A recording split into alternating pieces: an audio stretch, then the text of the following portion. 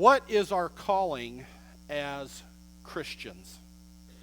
What is our calling as Christians? It's a question that many are asked, yet few can answer. Now, you might hear responses like, we're supposed to feed the hungry and clothe the naked and shelter the homeless. And while those are great responses, they're all wrong because those things are in and of themselves responses to our call.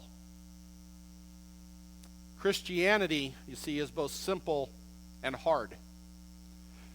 I grew up in the Catholic Church, and there were, quite frankly, a lot of rules and regulations to follow.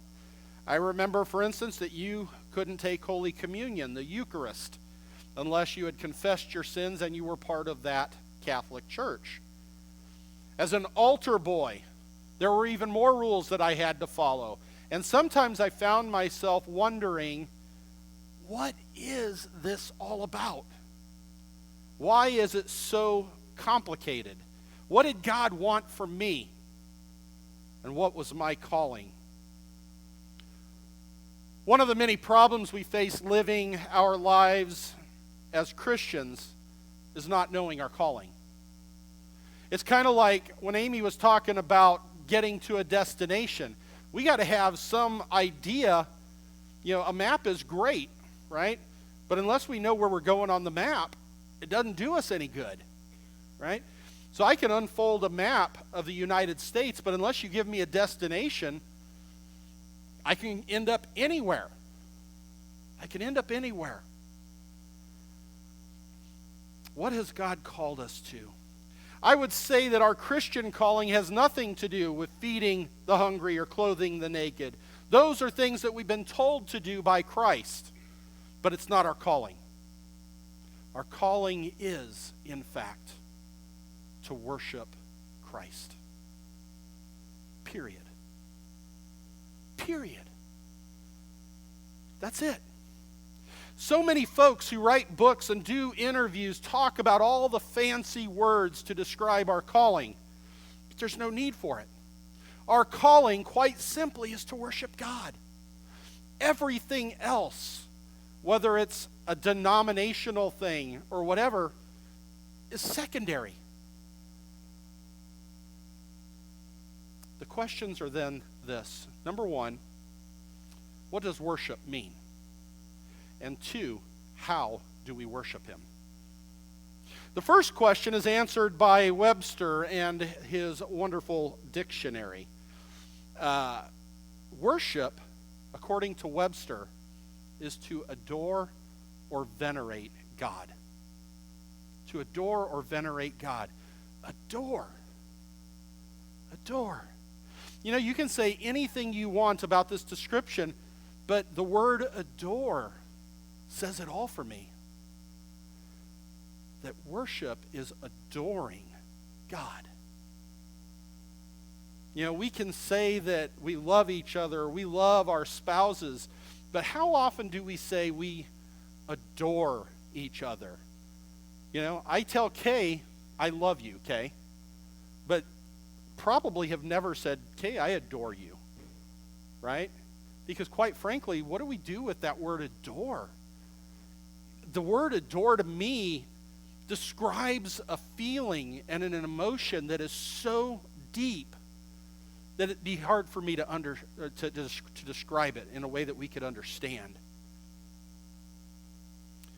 So the first question, what does worship mean? Is to adore God. The second question, how about the how of worship? How do we adore God? How do we worship him? We're going to get to that in just a minute. Now, there are some who might say that worship is how we do church, right? Because we often talk in terms of a worship service, right? It's where we come to church and we spend time worshiping God. I think that word is misplaced. I don't think we should call it a worship service anymore. Because quite frankly, how many of us truly come to church on Sunday and spend time here, and our entire time is spent adoring God? How much time do we spend here in true adoration of God? Or are we doing this? Are we opening up our bulletins and making sure that the pastor follows the order of service? True story. At my last appointment, when I served a 3-point charge, I noticed the first month that I was there, 3 weeks or so, that folks were really interested in the bulletins that Kay and I put together on Saturday nights, right? Because we had to do our own bulletins. And like they were like writing in them, and I was thinking, gosh, they're taking a lot of notes. What I come to realize, because somebody had left their bulletin in a pew, was that they were making check marks as I accomplished each thing in the bulletin. Can you tell me that that person was adoring and worshiping God? Or were they adoring and worshiping their bulletin? So after I saw 2 or 3 weeks of that going on, and I'm going to come over here by Stephanie because I told her I would. After 2 or 3 weeks of that, you know what I did? Kay's a wonder at this, right? We had the normal front of our bulletin. But when you opened it up, it started off the print just like this and then just faded to white. There was nothing. Like the first 3 or 4 lines were normal print, and then it just faded to nothing. And written from this corner to this corner in large print, it simply said, I love you, God. It solved the problem.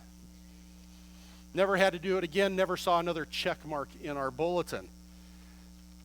So it leads me back to, what is worship? Is it how we do church?